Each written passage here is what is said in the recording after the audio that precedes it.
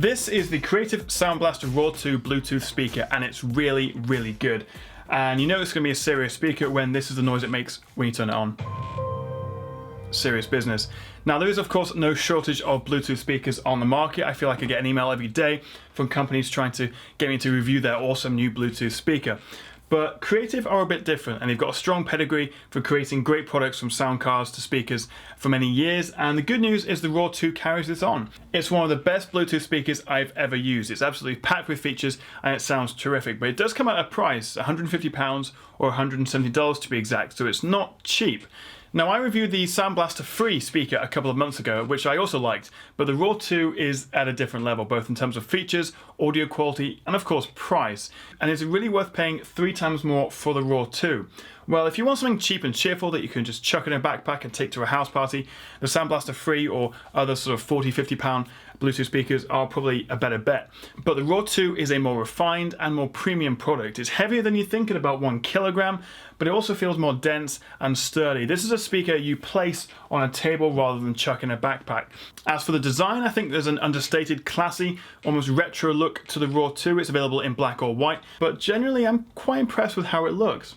So what do you get for your money? Well, in terms of connectivity, the Raw 2 uses Bluetooth 3.0, which is actually quite outdated now considering there are Bluetooth 4.2 products on the market. It's not a big deal though, but it may affect battery life if you're streaming from a mobile device and also how far away you can stay connected.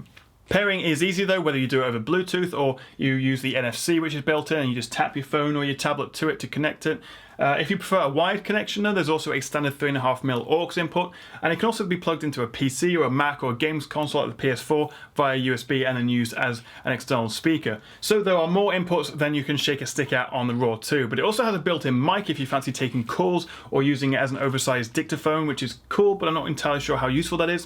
One of my favorite features though is that you can charge your phone or tablet through the Raw 2 using its built-in 6,000 mAh battery via the USB port. So you can play your music from your phone and charge it at the same time. But this will of course reduce the speaker's own battery life, which is quoted at about 8 hours per charge, which is decent but not great, a little below average I think.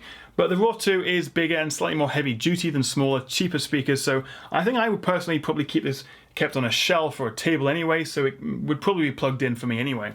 Now that's all well and good, but what about the sound quality? Well, it's really, really good, and this won't give you a good impression over a shotgun mic, but here's just a quick example of what it sounds like.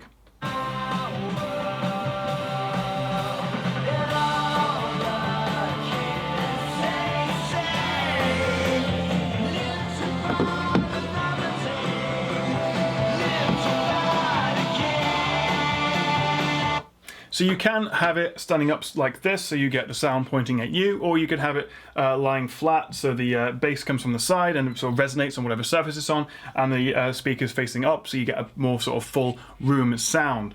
So while the Raw 2 won't replace a high-end dedicated speaker system, it's noticeably better than their cheaper SoundBlaster Free speaker, and overall I think very impressive. The Raw 2 has 2 passive radiators on one on each side for the bass, which vibrate and actually produce surprisingly deep bass considering its size. The Raw 2 also supports aptX and AAC codecs, so you get the best wireless sound possible. But unique to the Raw 2 is a new Terabase option, and according to Creative, it intelligently makes up for perceived loss of bass during low volume playback. So basically turning it on gives your music a bit of extra oomph, a bit more bass, but it doesn't increase the volume. But that doesn't really matter because this thing gets seriously loud anyway. I've never used it at full volume. So let's see what happens when I turn Terabase on. If I play that same song again, it's Stevie from Kasabian. Get it playing. Press the raw button on top, the Terabase raw button. Terabase on.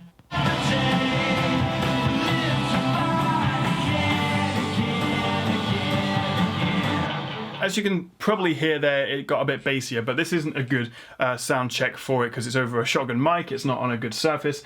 In real life, it sounds a lot better, I promise you. Without Terabase, the Raw 2 can sound a little bit shallow sometimes compared to other bigger and more expensive Bluetooth speakers from the likes of Bose. But turn it on and it boosts the bass at lower volumes and you get much better sound. The Raw 2 uses what's known as a bi-amplified design, with one amp for the lows and mids and one for the highs, so you get a rich and clean sound regardless of what you're listening to. So I would highly recommend the Raw 2, and if you are interested in buying one, I've left links in the description below. And I have just noticed that this box is upside down, and that's probably been the case throughout the whole video, so you can make fun of me about that in the comments below.